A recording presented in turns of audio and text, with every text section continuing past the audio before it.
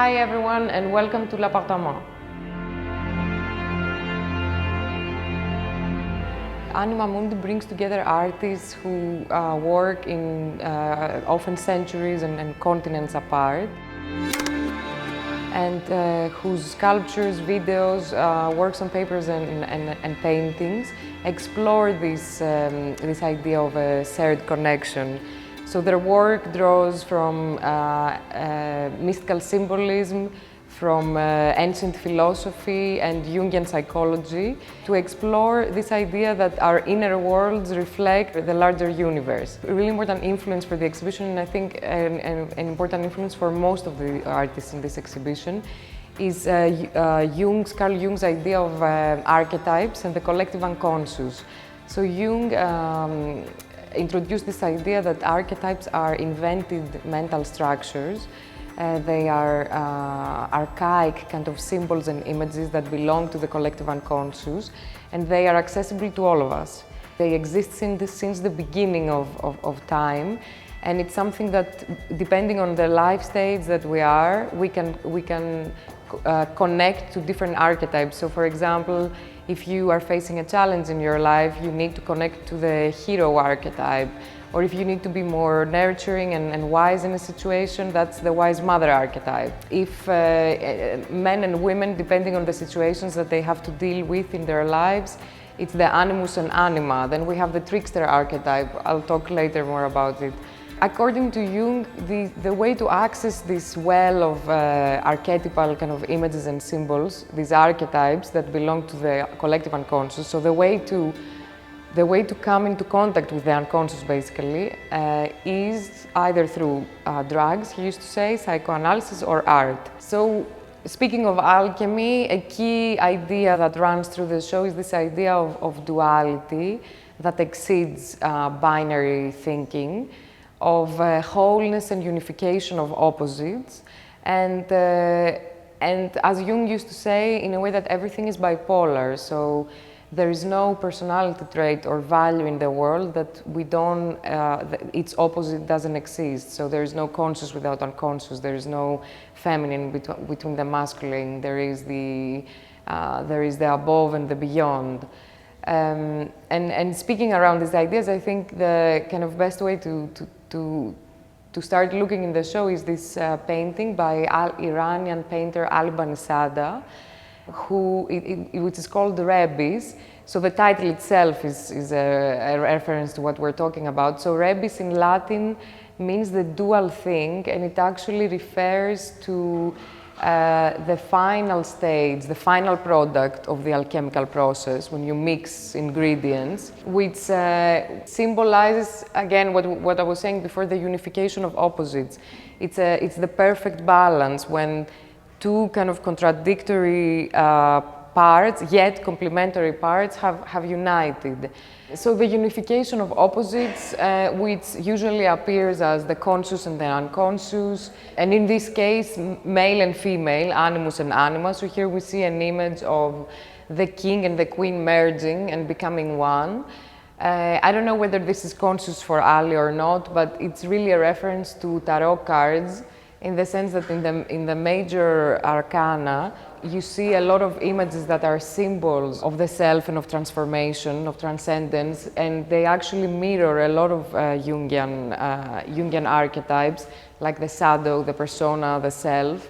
And Jung himself really looked into tarot, which appeared as a divination tool in the 18th century, for its interest as images that carry heavy symbolical meaning, that are kind of similar to archetypes in a way. So here we see the archetype, as I mentioned, of the animus and the anima merging into one in conjunctonis, which is a term borrowed from medieval alchemy to describe this unification of opposites, where two complementary but different but things unite.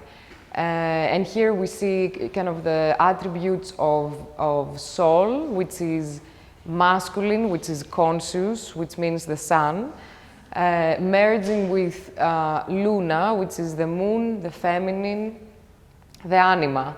And what we get out of this union is a Janus, is a perfect balanced being, is a hermaphrodite, which brings to mind the ancient Greek myth of the hermaphrodites that were separated by Zeus through a lightning, and ever since we are all looking for our other half.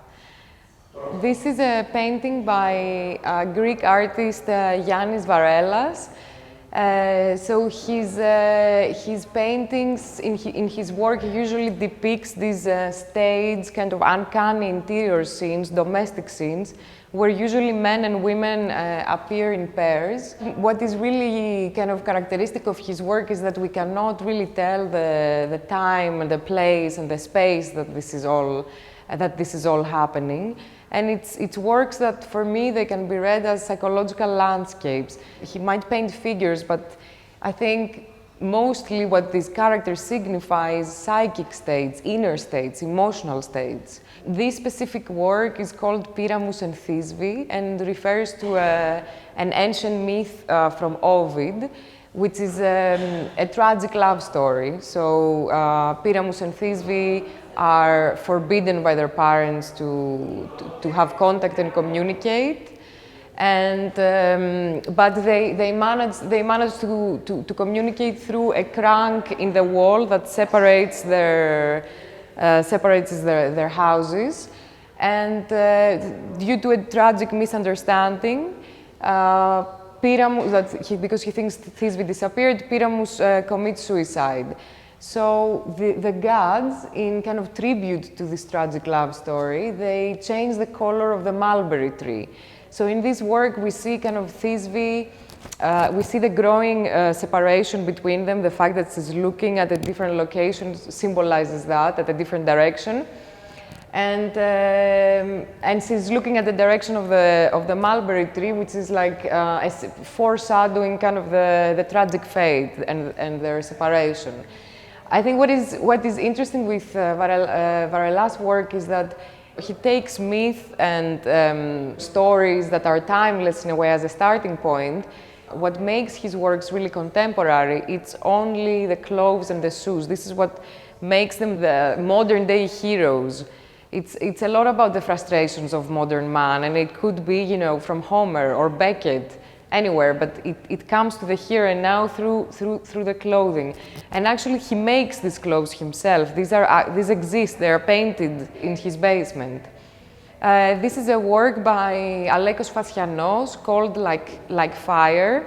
Alekos Fascianos is a really renowned Greek painter. He was born in 1935 and passed away in 2022. He spent some formative years in Paris, and he was affiliated with the Surrealists, but although he was influenced by them and he was part of their group in a way, he never changed his painting style. It remained romantic and figurative. It's more from the writing of the Surrealists that he got inspired, and from Surrealism as kind of a philosophical state of mind, which is what it is, most of all. So here, what is really characteristic of his work is that he always paints figures in profile, which is something that is influenced from the ancient Greek amphorae, which are these vessels where you have depictions of figures at the front where they appear in profile. He usually uses recurring symbols in his works, like the bees and the horses, the bird symbolizing freedom, the clover or the dragon symbolizing protection. And the scarf is also a recurring symbol in his work. And so here we see a man riding on his horse. We see a very characteristic thing that Fascianos does with the hair blowing in the wind at another direction, or the scarf usually pointing at another direction. And I think what makes for me, his work stand out is that he really activates painting. So he makes a kind of kinetic painting, I would say. So he's a painter of the senses. He wants to activate all of our senses. So here he's giving us not just a painting, but a soundscape. So we see the bees and we see the horse roaming with a mouth open, and we can imagine the sounds. But also he activates a lot the sense of smell. So we look at the clover and at the flowers on the background and the weeds, and we can imagine, you know, the smell of of a summer ride in nature. The clover is also a symbol of protection, like a talisman, we could say, to protect the hero in his journey or even on his way to battle. I think most of all, Fascianos is a painter, as I mentioned, of the senses and of joy, of everyday life. And I think although he kind of paints ancient Greek gods, and his protagonists appear as ancient Greek gods, they're always placed in a modern kind of modern day environment, and in this way he demystifies the hero and he gives us the hero of the everyday. So his characters are always the heroes that are trying to live, to smell, to conquer, to experience. And it's a painter that really embraces passion, embraces life, but at the same time his work has this kind of nostalgia for the old, for how life used to be, for the dream that will never come true. Eleni Christodoulou is a Greek artist that makes life-size sculptures using different and contrasting textures to represent cyborgian bodies that challenge traditional notions of femininity. She calls these sculptures identity narratives, and they signify everything that exists in the margins of a heteronormative society. So non-normative desires, practices of gender in the periphery, different kinds of love, such as polyamorous love. Her work embodies the qualities of the trickster archetype, which is a mercurial energy, and it's a character that kind of uses humor and disruption to challenge the status quo. This specific work is called Ursula, and the title is taken from Hans Belmer's cousin. Ursula became his erotic obsession and became the inspiration behind his famous doll sculptures. So here what Eleni does is she switches the narrative. So instead of the female body being the kind of object of external desire, it's the body itself that emanates desire from within. The crank here, or manivela in Greek, suggests movement and gives to the sculpture the possibility of coming alive with motion. This is Konstantina Krikzoni. Konstantina's work explores kind of the female body in various stages of transformation. And her work is always in conversation with the body, whether it's her own body, the physicality of painting, or an art historical body. So the starting point for most of her compositions is the representation of the female body in the work of various male painters in art history, from Picasso to de Kooning and Balthus to Titian and Rubens. So what Konstantina does is that she subverts the kind of objectification and sexualization of the female body, and this idea of the muse and of female beauty as these painters perceived it. And she gives us a female's perspective on a bust, on a body. This specific work is called Apokosma, which is a Greek word that means otherworldly, and it gives us kind of an underworld. It represents an underworld where the figures are kind of pulled by opposing gravitational forces in the tradition of fallen angels in art history. In terms of archetypes, we see here nymphs, neoclassical nymphs and sirens from mythology, and kind of the desire to connect to the archetype of the wise mother. So this is the kind of eternal wisdom of feminine nature, and feminine women and nature being one, as being the ones that nurture, the ones that fertilize. Sofia Mitsola also explores the female body, usually in large-scale and nude compositions, and she's inspired by ancient Greek and Egyptian sculpture and mythology, Japanese animation and pornography. So her works, they give us kind of blown out of proportions for the bust and the faces, and in this way they divert from classical representations of the female body, giving us a kind of very provocative and dynamic representation of it. This is a ceramic sculpture by Myrtle Williams, born in 1938, who portrays kind of the female body always modeled from the torso up. She's inspired by kind of African sculptures and cosmology, alongside kind of challenging the classical kind of representation of the bust in art history. She usually kind of paints prominent black women like Ella Fitzgerald, but also just spirit-like goddesses.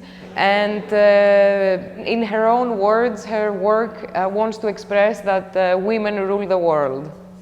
So this is a work by Chioma Ebinama called The Leopard Descends, that she made specifically for the exhibition.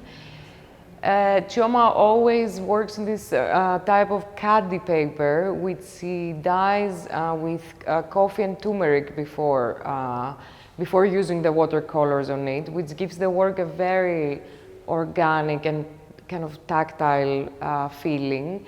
She usually draws on intimate scale. For this specific work, she spent some time at the Bodleian Library in Oxford, where she was reading a lot of manuscripts around signs of the apocalypse. So here what we see is really an apocalyptic scene, which is symbolized by the firebomb, which is a symbol of destruction. Here we have kind of the underworld, where we can see these as flaming bodies, like in the apocalypse. And we have the leopard, which is descending from the underworld. The leopard is a recurring symbol in Ebinama's work, and in Igbo cosmology, in African cosmology, is a symbol of strength. And it's something that she has used with different, this kind of hybrid, which is between woman and animal, or between woman and other. It's something that she uses often in her works, and we see mermaids or nymphs or Chiron, which is the ancient Greek form, which is half horse, half human.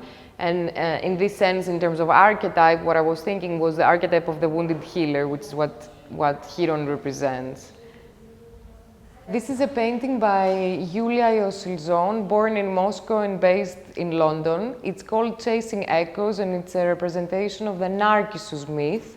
As we can see here, if we look closely, because her work is always between figuration and abstraction, there's the frog, the snake, this idea of metamorphosis. Yulia is really inspired by nature and land art, and her work is always this fusion of the feminine that is turning into nature. And she really looks at fairy tales, which are kind of the most honest and purest kind of manifestation of archetypes and collective unconscious. Her work is really a quest for harmony between humans, animals, and nature. This is a bronze work by Barbara Hepworth. It's called Four Forms, and it was made in 1974. So it was during kind of her last years that she started to experiment with bronze, later in her life, I think 1958. Hepworth's work is always a response to the landscape. She made her work in Yorkshire, and her studio was by the sea. Most of it is made and created to exist in the landscape. And a recurring kind of motif of her work is these forms kind of extending upwards, much like our bodies and humans in nature extend upwards from the landscape. They have these, all of her works, the ones in marble and wood as well, they have these holes and these gaps that can reflect the sun that comes in, the wind that blows through. So they're really meant to be integrated into the landscape. And in terms of archetypes, we can see here the Great Mother, the nourisher, the fertilizer, where women and nature kind of merge into a unified condition.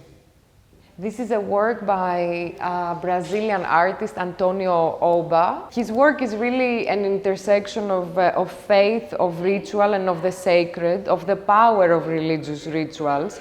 This painting depicts a baptism scene, kind of natural colors. They also create this kind of feeling of devotion, which is a feeling that you have when you are in the sacred space performing this kind of ritual.